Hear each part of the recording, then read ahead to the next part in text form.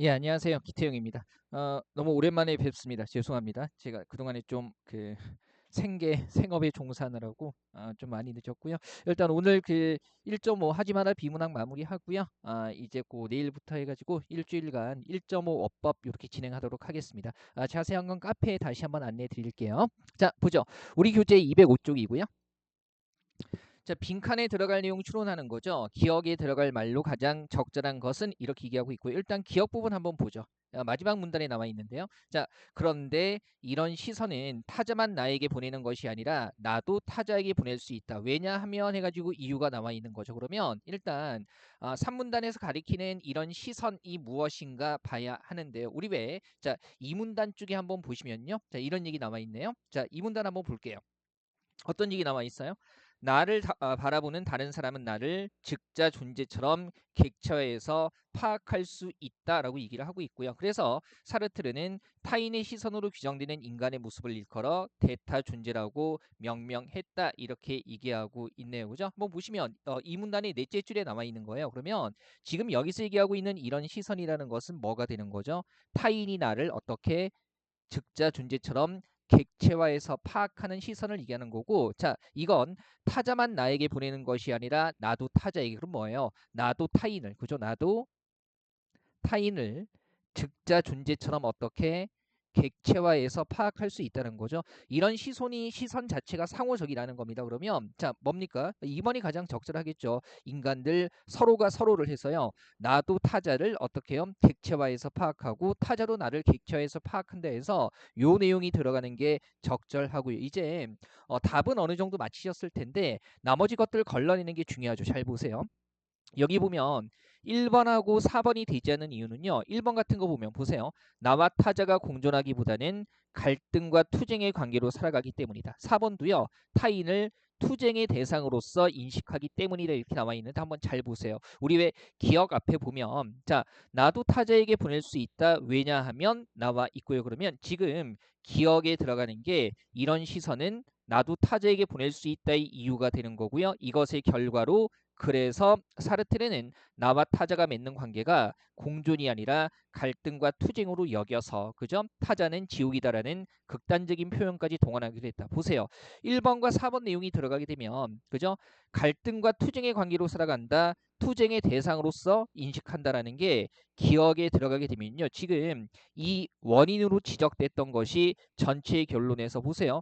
갈등과 투쟁의 관계로 살아가기 때문에 나도 타인에게 이런 시선을 보낼 수 있고 그래서 뭡니까? 갈등과 투쟁으로 여긴다 하면은 원인이 결과에서 반복되는 문제가 생기게 되죠. 말 그대로 순환 논증의 오류가 되는 겁니다. 그래서 1번과 4번은 안 되는 거예요. 굉장히 쉽게 파악할 수 있죠. 그죠? 여기에 갈등과 투쟁이라는 원인이 들어가는데 이 원인으로 이 결과가 나오고 그다음에 원인이 그래서 이후에서 결과로 다시 반복되기 때문에 1번과 4번은 적절하지 않아요. 이렇게 접근하면 굉장히 편하죠. 3번은 이거 잘 보셔야 되는데 인간은 대자 존재로서 상대방을 대상화하여 바라보기 때문이라 일단 상대방을 대상화한다라는 건 괜찮은데 이게 문제가 되는 거죠. 지금 제시문에 보면 대자 존재는요 1문단에서 언급하고 있는데요. 그죠? 일단 보세요. 1문단에 이건 책으로 같이 볼게요. 9번째 줄 보시면 9번째 줄. 자, 반면에 대자 존재는 자기 의식을 가진 존재이고 따라서 자기 자신을 대상화해서 스스로를 바라본다 그러면 대자 존재라는 개념 자체는요. 타인을 바라보는 게 아니라 자기 자신을 바라본다는 개념으로 나와 있기 때문에 상대방을 대상화해서 바라본다는 것과 연결되지는 않는 겁니다. 그죠? 나머지 틀린 선택지들을 명확하게 걸러내는 게 필요하죠. 자, 7번 한번 보시면요. 전개 순서 이렇게 얘기를 하고 있고요. 선택지 보죠. 기억과 디귿 이렇게 시작하고 있네요. 한번 보니까 기억 먼저 보죠. 디즈니화라고 이름 붙일 수 있는 역사 신화, 현실과 환상의 초인실적 조합으로 만들어진 놀이공원들은 실제 지리 환경과 별 관계가 없을 뿐만 아니라 그 지역의 역사나 전통과도 거의 연관되지 않는다 해가지고요. 디즈니화에 대해서 구체적으로 설명하고 있고요. 그 다음에 디귿 한번 보니까 가장 대표적인 타자 지향적 장소는 디즈니랜드로 대표되는 놀이공원들이다. 기억에서 언급하고 있는 사례를 디귿의 끝쪽에서 얘기를 하고 있네요. 당연히 기억보다는 디귿이 먼저 나와야만 타자 지향적 장소, 디즈니랜드, 디즈니화, 놀이공원 해가지고요. 유사한 소재가 붙어 있게 되죠. 그래서 이글 같은 경우는 기억보다는 디귿이 먼저 나오는 게 적절하고요. 그죠? 그래서 디귿 다음에 기억 이어지죠. 그죠? 그다음에 나머지 한번 볼게요. 이러한 과정과 관련된 장소는 과거에 대한 우리의 낭만적 이미지에 맞추어서 적당히 정돈되고 가공된다. 일단 앞에 이러한 과정, 어떤 과정이 나와 있어야 되고요. 그 다음에 리을 보면, 자, 타자지향적 장소 창조의 또 다른 형태는 역사의 보존, 재구성, 이성화를 통해 이루어지는데 이를 특별히 박물관화라고 부르기도 한다 해가지고요. 지금 보니까 디귿에서 가장 대표적인 타자지향적 장소 얘기하고 있고요. 리을에서 또 다른 형태 그랬으니까 화제가 다른 걸로 넘어가고 있는 거죠. 그리고 가만히 봤더니 한번 보세요. 역사의 보존, 재구성, 이성화를 통해 이루어진다라는, 그리고 이런 역사라는 것이 뭡니까? 과거하고 연결이 되기 때문에 리을 다음에 니은이 이어지는 게 적절합니다. 그죠? 이게 하나의 또 사례가 되는 거겠죠. 그 다음에 한번 보시면 이러한 과정이라고 했을 때 역사의 보존, 재구성, 이성화가 하나의 과정이 되는 거니까 자연스럽고요. 미음 처리해야 되는데요. 자, 환상의 나라들은 단조롭고 무기력한 현실로부터 대중을 도피시키는 수단이 되기도 한다. 환상의 나라는 뭐하고 연결되는 거예요? 그죠? 바로 뭐예요? 디즈니와 기억에서 얘기하고 있는 역사, 신화, 현실과 환상의 초현실적 조합과 연결되기 때문에 디귿 기억 나오고 환상의 나라에 대한, 그죠? 부수적인 설명 이어지고요. 그 다음에 리을 타자 지향적 장소의 또 다른 형태 얘기하면서 뭡니까? 니은에서 그것을 부연해주는 형태가 되는 거죠. 덧붙여서 구체적으로 설명을 해주는 거예요. 그래서 이걸 안에서는요, 디귿 기억, 미음, 리을, 니은 순으로 이어지는 게 자연스럽습니다. 이제 순서 문제는 좀 익숙해지셨죠? 네, 8번 한번 가볼게요. 기억에 대한 설명으로 가장 적절한 것은, 이게 이제 충분 조건, 필요 조건 이런 것들인데요. 일단 기본적으로 충분 조건이나 필요 조건에 대한 상식이 없어도요, 제시문에서 충분히 설명을 하고 있어요. 일단 여기서는 인과관계에 대해서 얘기를 하고 있고요. 중요한 정보 먼저 보죠. 자, 첫 번째 문단에 인과관계를 지닌다는 것은 첫째 줄이죠. 특정한 사건이 원인이 돼서 다른 사건에 영향을 미친다는 것을 의미한다. 이렇게 나와 있고요. 그죠? 그다음에 계속 1문단 이어서 가볼게요. 1문단의 밑에서 넷째 줄입니다. 그죠? 자, 특히 특정 사건이 다른 사건보다 먼저 관찰될 경우에 인과관계와 상관관계가 혼동돼서 인과관계가 실제와는 다르게 분석될 수 있는데 이는 인과관계와 상관관계가 모두 선후관계를 지니기 때문이다. 이제 이런 것들 정리할 수 있어야 돼요. 2025년 이후에 문제 패턴이 바뀌기 이전에도요, 이미 이제 21년도 이런 문제에서 이 충분 조건, 필요 조건, 그 다음에 벤 다이어그램을 통해서 접근하는 그런 사고 방식의 문제가 출제가 됐기 때문에 이건 기출 문제 할 때 또 보여드릴게요. 자, 보세요. 일단 요거 인과관계와 상관관계가 모두 선후관계를 지닌다라는 것은 이렇게 그릴 수 있죠. 그죠? 자, 인과관계가 뭐예요? 그죠? 선후관계를 지닌다. 일단 인과관계와 상관관계 사이의 관계는 알 수가 없고요. 그죠? 인과관계가 선후관계를 지닌다가 참이 되려면 선후관계 속에 인과관계가 포함돼야 돼요. 그죠? 그 다음에 상관관계가 또 선후관계를 지닌다. 이것도 이렇게 되는 거죠. 상관관계가 뭘 지닌다? 선후관계를 지닌다. 이렇게. 그죠? 이 P이면 Q이다의 형태가 되는 건데 일단 반대는 안 돼요. 왜 그러냐면 만약에 이거 말고요. 지금 이 부분 설명하는 거예요. 여기요. 그죠? 1문단 밑에서 넷째 줄 만약에 이게 바뀌게 되면 무슨 문제가 생기냐면 보세요. 선후 관계가 그죠? 인과관계에 포함이 되면 인과관계가 이 부분 선후 관계를 지니지 않는 경우가 발생하기 때문에 지금 1문단의 마지막 내주는 이렇게 정리할 수 있어요. 그죠? 인과관계가 선후관계의 부분 집합이고 또 상관관계도 선후관계의 부분 집합입니다. 그 다음에 보세요. 마지막 문단 보시면 이 문단이죠. 자, 상관관계는 인과관계의 필요 조건일 뿐 충분 조건이 아니다. 보세요. 상관관계가 뭐라고요? 인과관계의 필요 조건이다. 어떤 의미인지 나와 있어요. 보세요. A면 B다라는 명제가 성립할 때 A면 반드시 B이기 때문에 A는 충분 조건이 되고요. 그 다음에 B라고 해서 A가 반드시 A가 되는 것은 아니기 때문에 B는 A가 성립하기 위한 필요 조건이다. 그럼 뭐가 되는 거예요? 상관관계가 B. 그죠? B는 필요 조건이라. 그리고 인과관계가 뭐예요? A가 되는 거. 그러면 이런 거죠. 지금 이 설명에 따르면 상관관계라고 해서 반드시 뭐가 되지는 않는다. 인과관계가 되지는 않는다라고 얘기를 하고 있는 거고, 그다음에 여기 얘기 되면 A면 반드시 B이기 때문에 그럼 어떻게 돼요? A가 인과관계죠. 인과관계일 때는 뭐가 된다? 반드시 상관관계가 된다는 겁니다. 이렇게 표현할 수 있겠네요. 우리가 제시문에서 얘기하고 있지는 않지만 인과관계이면 반드시 상관관계가 되고, 그죠? 그다음에 상관관계라고 해서 뭡니까? 반드시 인과관계가 되는 것은 아니다. 그러면 이거 한꺼번에 정리를 해보면요.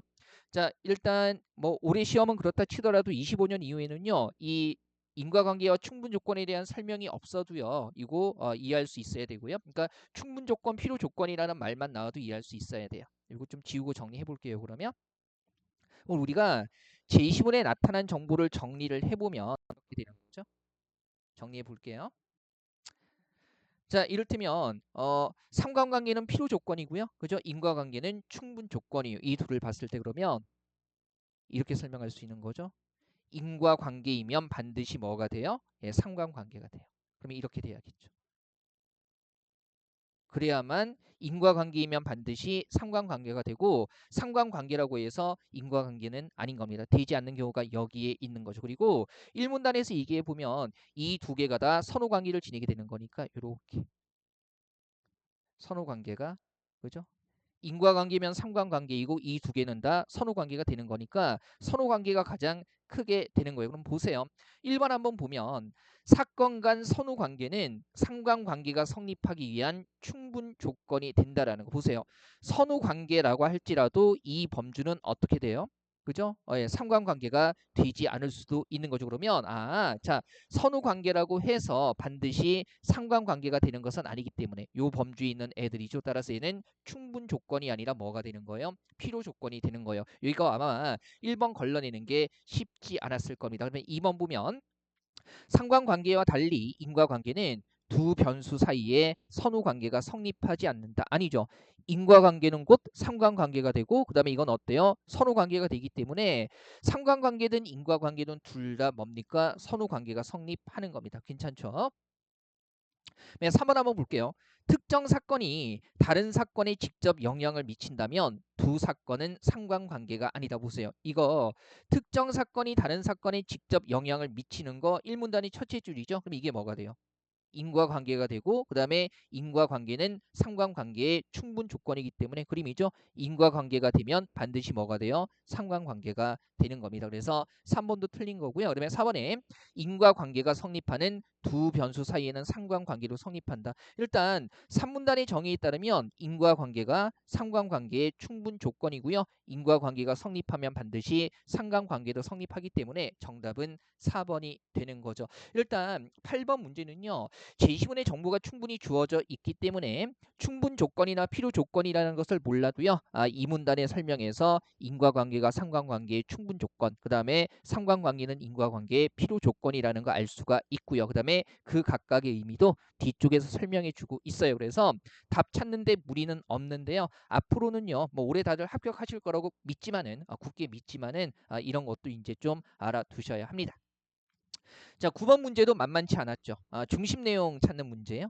일단 보죠.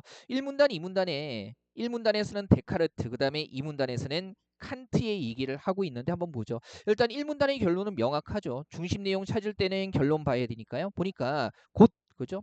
곧 데카르트는 동물이 사물처럼 간접적인 도덕적 지위만 있다고 보았다. 그 다음에 2문단의 첫째 줄 보세요. 칸트, 도라고 해가지고 그러면 도라는 것은 앞에 추가되는 거니까 그러면 칸트도 마찬가지로 간접적인 지위만 있다고 본 거죠. 동물이. 그죠? 그러면서 말을 살짝 바꿔서요. 동물은 직접적인 도덕적 지위를 갖지 못한다고 생각하지만 그 이유는 다르다 해가지고요. 결론은 같고 이유만 다른 거예요. 그 다음에 마지막 3문단에 가서 결론 내리고 있는데 한번 가보죠.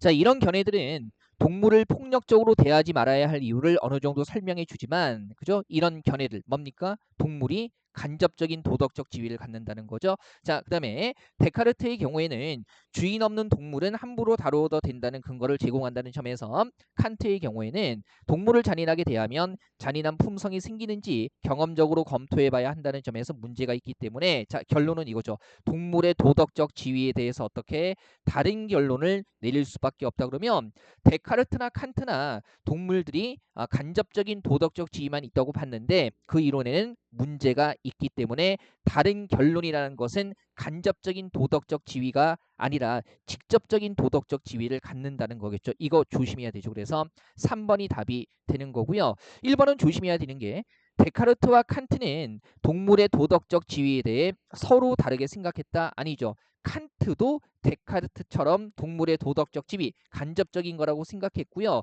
그 이유만 달랐던 겁니다. 그래서 도덕적 지위에 대해서는 같게 생각한 거고 이유만 달랐다라고 얘기하면 정확한 진술이 되는 거죠. 그죠? 이거 조심하셔야 돼요. 마지막 문단이 결론까지 명확하게 확인을 하셔야 합니다. 네, 10번 한번 가보죠. 자, 다음 글을 바탕으로 보기에 대해 추론한 것으로 적절하지 않은 것 이렇게 나와 있고요. 그죠? 자, 제시문 바탕으로 보기에 다른 상황을 주고 문제 접근하게 하고 있죠. 최근 3년 동안에 이런 문제가 구급 범주에서도 한 문제씩은 나옵니다. 일단 볼게요.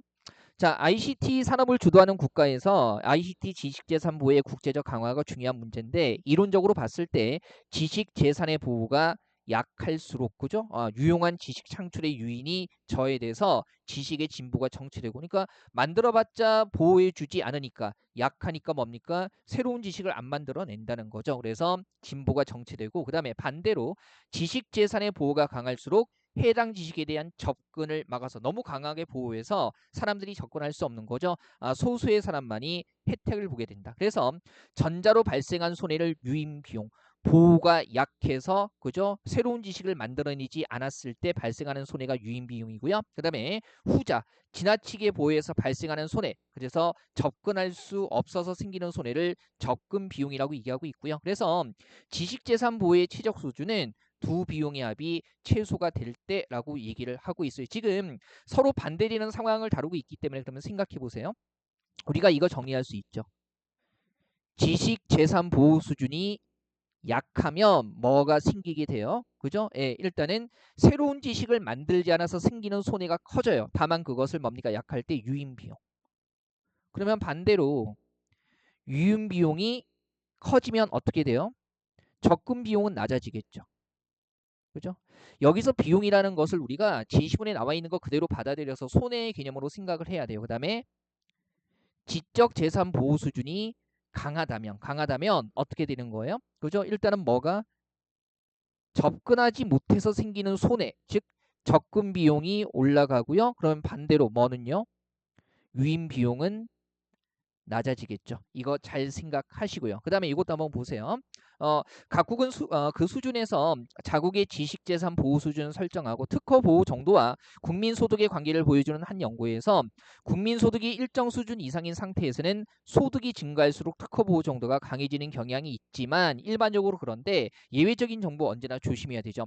가장 낮은 소득 수준을 벗어난 국가들은 그들보다 소득 수준이 낮은 국가들보다 오히려 특허 보호가 약한 것으로 나타났다라는 거. 그러면 한번 보세요. 보기 보면 A국이 지금 제시문에 나와 있는 대로 국민소득이 가장 낮은 수준의 국가니까요. 그러면 이 수준에서 갓 벗어나게 되면 그들보다 소득 수준이 낮은 국가들보다 특허 보호가 약하고 그죠? 일정 수준 이상이 되면 특허 보호 정도가 강할 거라는 거 생각할 수 있죠. 그 다음에 주도적인 국가가 아니고요.